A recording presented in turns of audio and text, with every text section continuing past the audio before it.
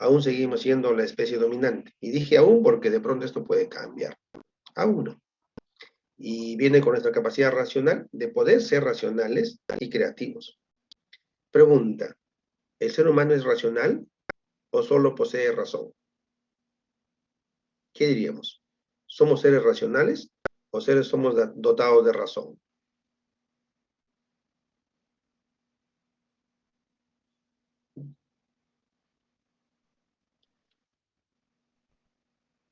¿Qué dice Cintia? ¿Somos seres racionales o seres dotados de razón? Racionales. Racionales. Y eso nos ha dicho siempre, ¿no? Cosa que es mentira. La aspiración es llegar a ser racionales. Nosotros somos seres dotados de razón. Tenemos la razón para utilizarla. Y cuando la empleamos, nos convertimos en racionales. O sea, hay mucha gente que sí alcanza esa definición, ser racional. Pero muchos otros no alcanzamos todavía esa definición. Por ejemplo, en tiempo de pandemia en el cual estamos atravesando, hay gente que no quiere vacunarse por un sinfín de motivos que usted ha escuchado seguramente. Y mire cómo los casos se van incrementando, ¿no? Y la coincidencia, vacunados a medias, no vacunados, son los que más están complicándose ahorita en la salud. Pero a pesar de ello, siguen con la intención de no vacunarse. ¿Dónde encaja ahí el ser racional? Ya no alcanza. Pero tienen razón. No es que tengan razón en no vacunarse, no, o sea, poseen la razón, quiero decir. Falta que la empleemos. Y así es nuestra vida. En todo. Si fuéramos seres racionales, así estrictamente hablando, no habría muchos errores. Es más, ni habría errores, creo. Porque todo lo calcularíamos, todo lo reflexionaríamos y todo lo sometiríamos al peso de la razón, como se hizo en el siglo XVIII, que tampoco es la solución. Porque el ser humano no solamente es razón, pues, también está la emoción de por medio. Nuestro cerebro tiene dos hemisferios, ustedes lo deben conocer perfectamente. Y en el equilibrio está la situación de felicidad, de tranquilidad, de inteligencia incluso. Todo ello alcanza el tema. Pero bueno, el tiempo es corto. Entonces, el lenguaje es un fenómeno o una facultad solamente nuestra por esos dos motivos, la razón y la creatividad. Hay dos clases de lenguaje. El que es lingüístico en base a palabras, no lingüístico en base a cualquier signo que no sea palabra. Y en la clase pasada vamos a hablar de esto. Les voy a explicar acá en las características estas dos que a veces uno confunde, la multiformidad y la heteroclicidad. Multiformidad significa muchas formas, por lo menos dos. Lingüístico, no lingüístico por lo menos. O sea, para que yo conteste en mi examen que lo que se presenta en el lenguaje es la multiformidad, tengo que leer mínimo dos tipos de este. Por ejemplo, que alguien se despida con palabras y otro alguien apenas con un apretón de manos. Es un multiforme. Porque si yo leo que alguien se despide en inglés, otro en francés y otro en italiano, eso no es multiforme. Porque en inglés, francés y italiano son idiomas. Entonces, ahí solamente hay que entender que se produjo la heteroclicidad. ¿Por qué razón? Hay sistemas independientes, porque que son las lenguas. Y cada quien tiene sus normas.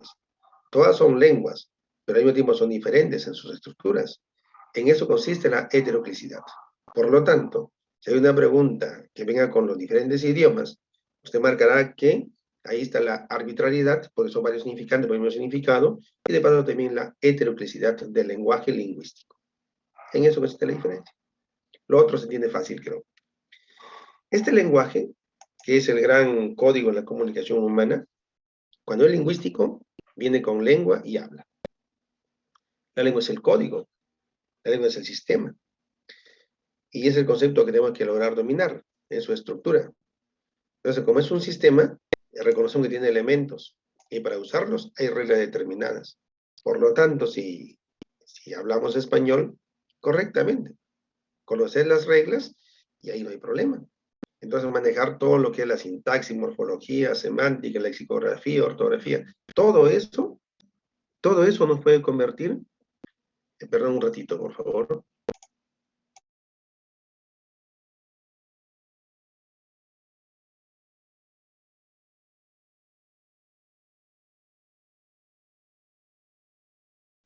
Disculpe, mejor la interrupción. Entonces, cuando uno conozca esas normas y las sepa aplicar, ahí recién entiende que es un sistema. Y justamente por ese detalle, es que hablar de la lengua nos exige conocer cuáles son los niveles. ¿Ya? ¿Cuáles son los niveles? Que ustedes deben recordar seguramente. Hay nivel superestándar, estándar y subestándar. El nivel superestándar es aquel en el cual la lengua se maneja de manera connotativa. Allí no estamos nosotros. ¿Ah, sí? Ah, ¿y qué decía la pregunta más o menos?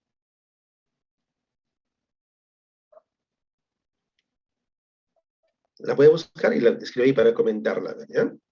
Le estaba diciendo, ay Dios, me dio un mareo. Ya. En la lengua en nivel superestándar, ahí están los artistas, pues, los talentosos, como los poetas, fundamentalmente ellos, también algunos dramaturgos y algunos publicistas también. Ellos tienen la capacidad para hacer de la lengua un bien bastante moldeable y generan enunciados cuyo significado está escondido detrás de las palabras. Uno no ve el significado.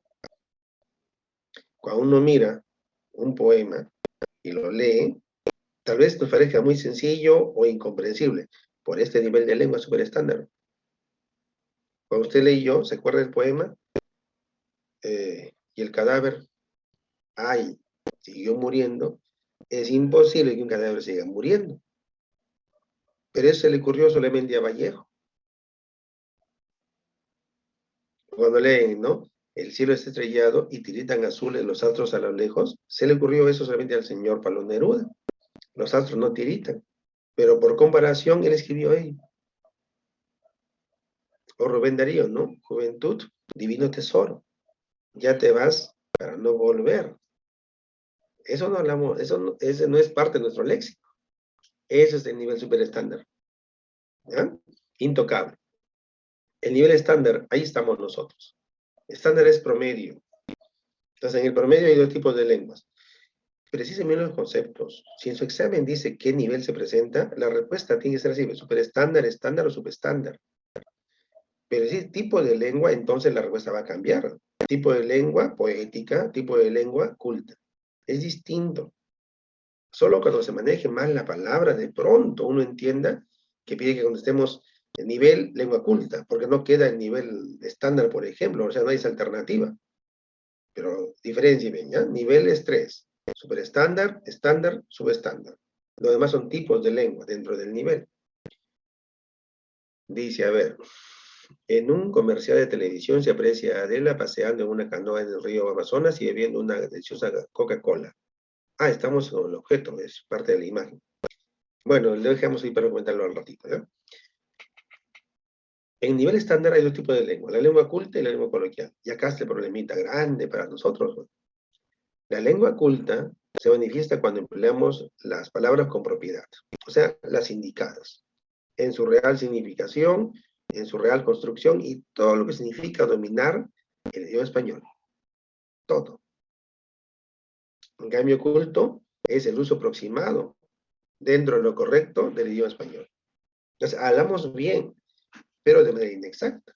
Por ejemplo, nosotros podemos agarrar el lápiz. Dicen, aquel joven agarra el lápiz con suma delicadeza. Aquel joven agarra el lápiz con suma delicadeza. Lengua en nivel estándar, innegable. Tipo de lengua, culta o coloquial. Ese es su examen.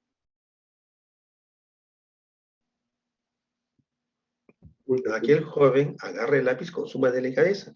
Lengua culta o coloquial. Culta, culta. Culta, culta. No puede ser culta, porque la palabra agarra viene de garra. Es una palabra prefijada. ¿Ve? El tema recién viene aquí en 2 semanas, pero en esta cuarta hay que saberlo ya. Nosotros no podemos agarrar, porque no tenemos garras. La palabra adecuada para nosotros es coger. ¿Sí? ¿Me dejo entender? Ah, ya, sí, sí, sí. Ahora, dice el ejemplo así, ¿ver? Como me siento débil, me asgo de tu brazo para no caer. Como me siento débil, me asgo de tu brazo para no caer. ¿Lengua culta o coloquial? Culta, coloquial, están las dos. Bueno, esa expresión medio rara, que de pronto no la escuchamos mucho, es la culta. ¿Por qué eso suele suceder? Pues, como hablamos empleando palabras coloquiales, pareciera que lo que suena extraño es lo oculto. No siempre coincide, pero es una forma también de reconocer. Es que el verbo es asir, o sea, la de asa. Y yo me cojo de tu brazo. Yo no me puedo coger de tu brazo. No me puedo coger. ¿Por qué no me puedo coger? Porque tu brazo no es un objeto que yo sostengo. Tampoco yo me prendo de tu brazo, no me puedo prender. ¿Ah? Tu brazo es como si fuera el soporte para que yo no me caiga. Entonces ahí se dice verbo asir. Yo me asgo de tu brazo para no caer. Digo, para no caerme, estoy redundando. Lengua coloquial nuevamente. Entonces aquí lo que importa es entender la teoría en sí, porque los ejemplos van a ser siempre insuficientes. Lengua culta, palabras empleadas con propiedad, total propiedad. Lengua coloquial, dentro de lo correcto, dentro de lo que exige el español como léxico o como vocabulario, las palabras se manejan ahí. Por eso decimos, ella está tranquila. No, ella está tranquila. Ella se muestra tranquila, que es diferente. Entonces, está tranquila, lengua coloquial. Se muestra tranquila, lengua culta. Yo tengo hambre. Yo tengo hambre. ¿Por qué yo tengo hambre? Siquiera tengo hambre, pues nada más, ¿no? ¿Por qué yo tengo? ¿Qué es coloquial? Ahora, tengo hambre, sigue siendo coloquial, porque el hambre no se tiene. El hambre es una sensación. ¿Qué debo decir? Siento hambre. O sencillamente, estoy hambriento. ¿Me dejo entender?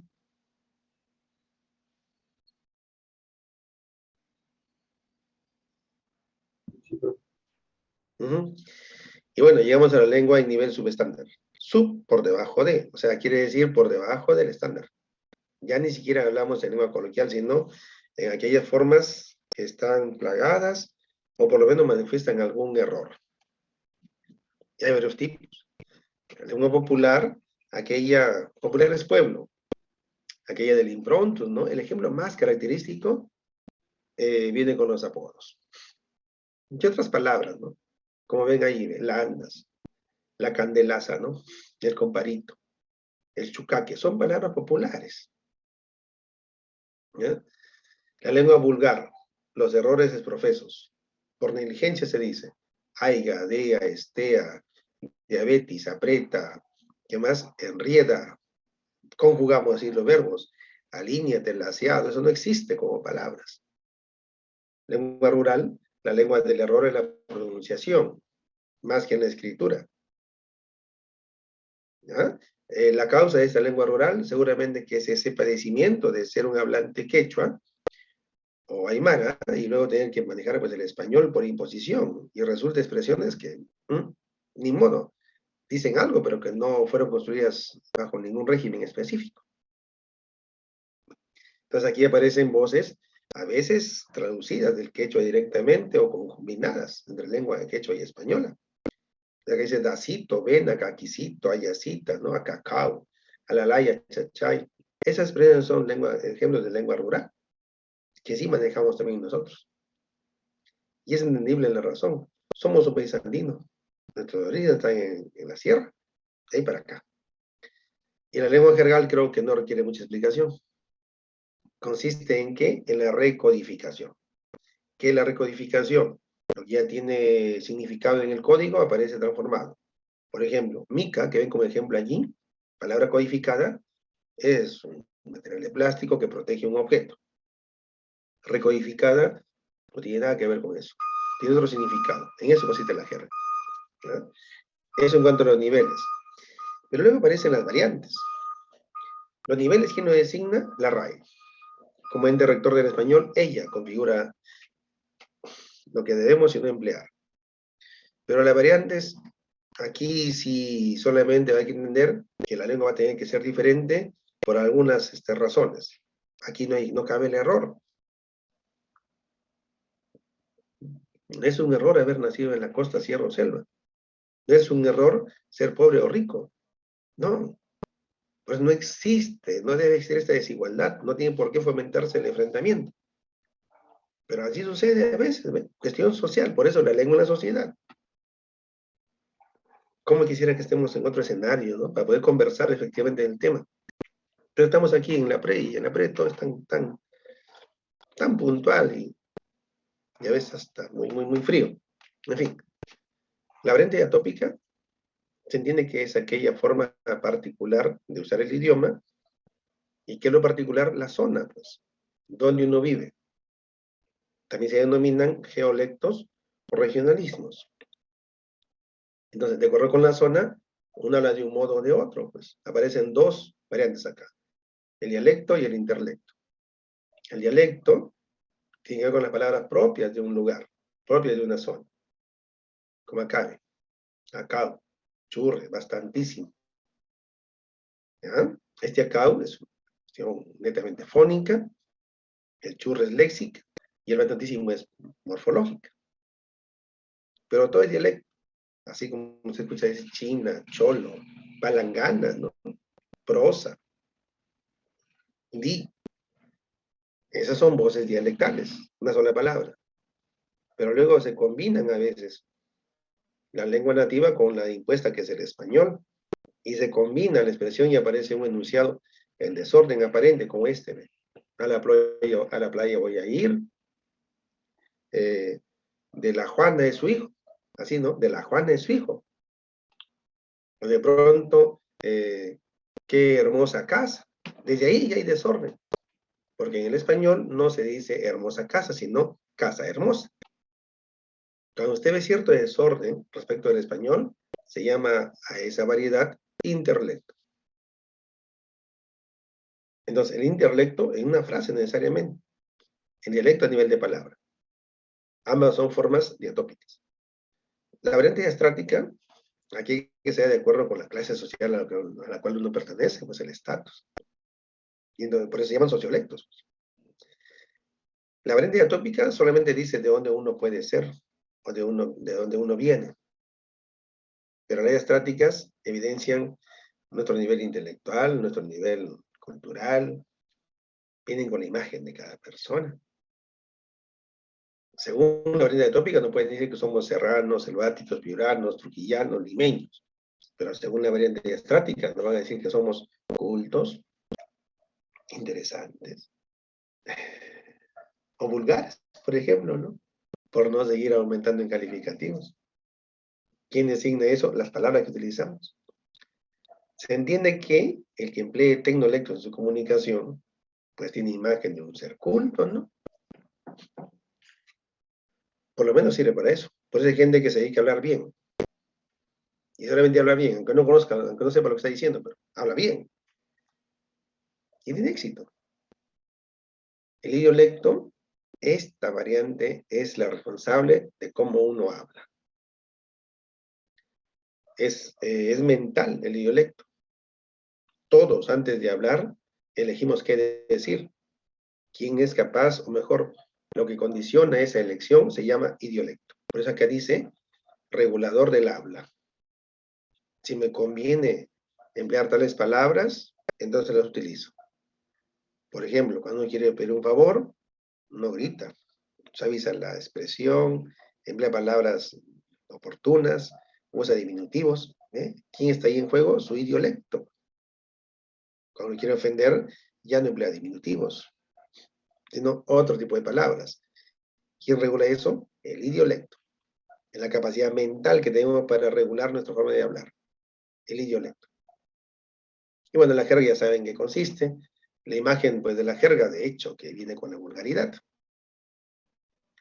La variante diafásica tiene influencia notoria y marcada del idiolecto, pero el lengua que corresponde a la función de una persona, tal vez al trabajo que ésta puede desarrollar, a la ocupación que tiene en ese momento que ejecutar. Pero no es solamente eso, sino el idiolecto, lo que acabo de decir. ¿Ya? Yo no puedo dar ejemplo de idiolecto porque tengo que decir siempre el caso. Pero ¿qué se entiende acá? Que si leo en mi examen que a alguien le conviene decir tal palabra porque tiene un fin específico, ahí está el idiolecto. Luego usted lo tiene que comparar, ¿de acuerdo? Y la diacrónica es la lengua pues, en la cual evidencia su rasgo de sistémica. Recuerda la clase pasada, el signo es mutable a través del tiempo, porque la lengua es dinámica. Ahí está la explicación del diacrónico.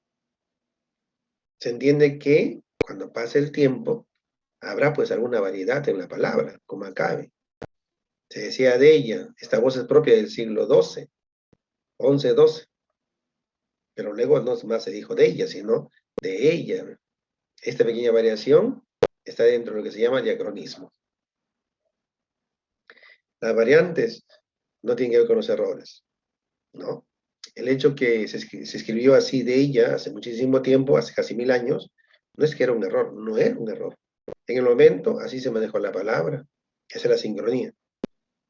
Pero como repito, la lengua al ser mutable, porque en relación de crónica tiene que esto variar, se transformó a de ella, pero no hay error. Si empleamos una jerga, no es que sea un error, no, la imagen es la que sufre. O sea, el empleo de jerga supera el concepto de error. Es lamentable, pero es lo que se impone, desgraciadamente. Eso en cuanto a las variantes de la lengua. El habla es mucho más sencillo. El habla es un proceso que consiste en usar pues la lengua, ¿no? El habla siempre es física, si no, no puede llamarse tal. Suene o se lea, es física, porque se percibe. Pues concreta, como dicen algunas personas, pues no. Este proceso tiene 3 fases bien marcadas. La primera fase, psíquica. Toda palabra que uno exprese nació aquí, en el pensamiento, fase psíquica. No se puede uno excusar diciendo que habló sin pensar, eso es falso. Nadie habla sin pensar. Por eso es que el loro no habla. El loro solo parlotea, no habla.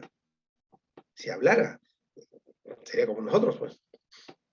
Calculara, meditara. Y eso no hace el loro. Después de la fase psíquica, sigue la fase fisiológica, la que tiene que ver con la predisposición de nuestros órganos para poder emitir el sonido o para poder plasmarlo en un papel. Y lo último, la fase física, porque ya la vemos, ya la percibimos. Fase psíquica, fisiológica, física. Se entiende que el habla es individual, porque de cada persona. ¿Y por qué momentánea? Porque nadie habla igual durante todo el día, pues es imposible. Me escucha ahorita usted de un modo de hablar. Estuve ese rato en la universidad, no hablando así, de otra manera. Que uno va adecuando. De pronto uno se enferma, cambia su forma de hablar. Todo eso es momentáneo. ¿Eh? No es constante. Las lenguas especiales son aquellos códigos que se crean ex profeso para ser aprendidos o para no serlo. Así de simple es el asunto. El código que se crea para ser aprendido se denomina lengua abierta. Y el que no, lengua cerrada, pues no. Lengua abierta, ya saben a qué se refiere. A ese código que debe ser aprendido por quien lo va a necesitar. Aquí hay 2 tipos. La lengua profesional y la lengua artesanal. La diferencia es básica, ¿no? Todo aquel que quiere ser, como ustedes, ingeniero de sistemas, ingeniero de minas, arquitecto, tiene que conocer las palabras propias de la arquitectura. Si no, ¿cómo va a ser arquitecto?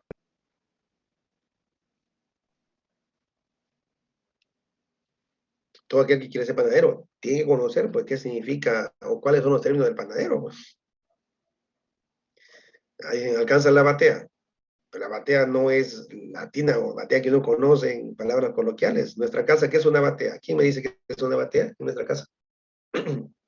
Si es que manejan la palabra batea.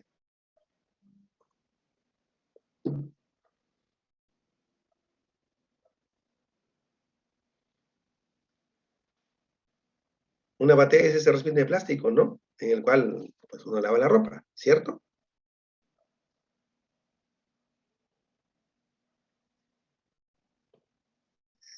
Pero no es tan bonito hacer clase así cuando no contestan nada. No sé si me escucharán, jóvenes. Sí, profesor. Sí, sí me escuchan. Ah, ya. Está hablando solito, está hablando solo. Sí, profesor, estamos No, escuchando. profesor, estamos escuchando. Ah, bueno. En cambio, en la lengua artesanal, cuando dicen batea el panadero, no se refiere pues a una tina, ¿no? La batea es un instrumento de madera, frecuentemente, en el cual pues ahí no bate, pero ahí amasa y forma pues el pan luego, ¿no? Así es.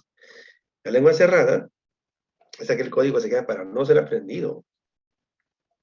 O sea, los hablantes de este tipo de lenguas solo son algunos sectores y ellos son los únicos que van a manejar ese código, los demás no. Pero los aprendemos, que es diferente, pues es el detalle, ¿no?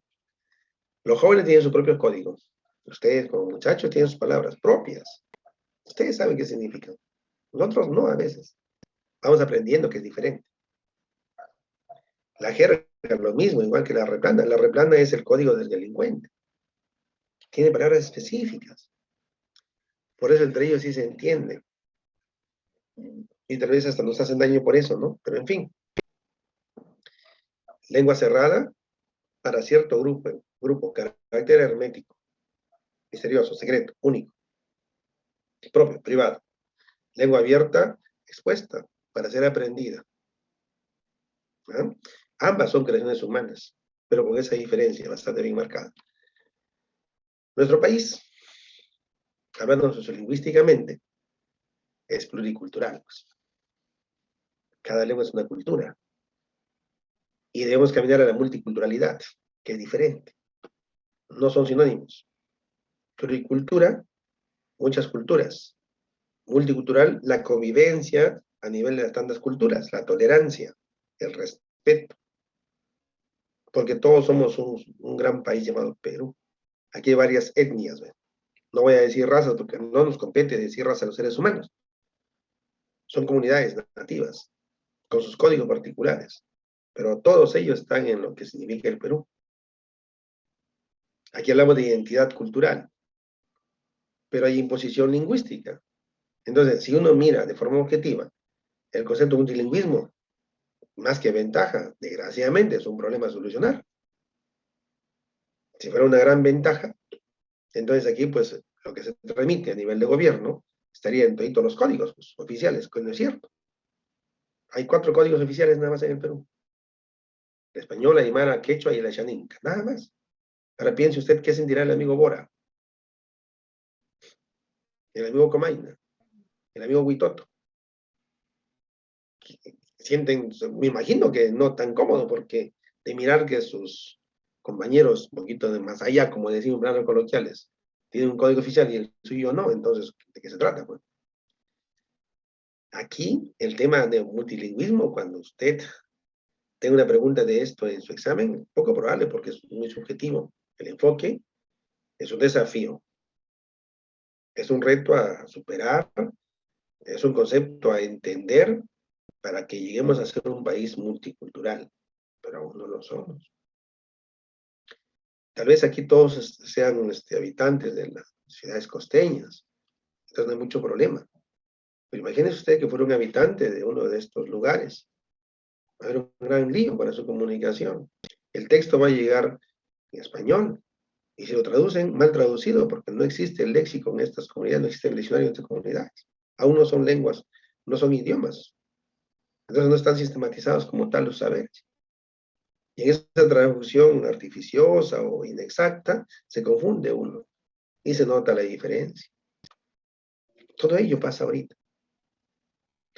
En fin, como especie de casi de conclusión a esta primera parte de la clase, entendamos que las lenguas no pueden ser ni superiores ni inferiores, no jóvenes. Solo son diferentes. Todos los códigos en el mundo tienen la misma función, favorecer la comunicación humana. Nada más. Igual vale el inglés que el comaina, igualito vale. ¿Para qué el inglés? Para la comunicación. ¿Para qué el comaina? Para la comunicación.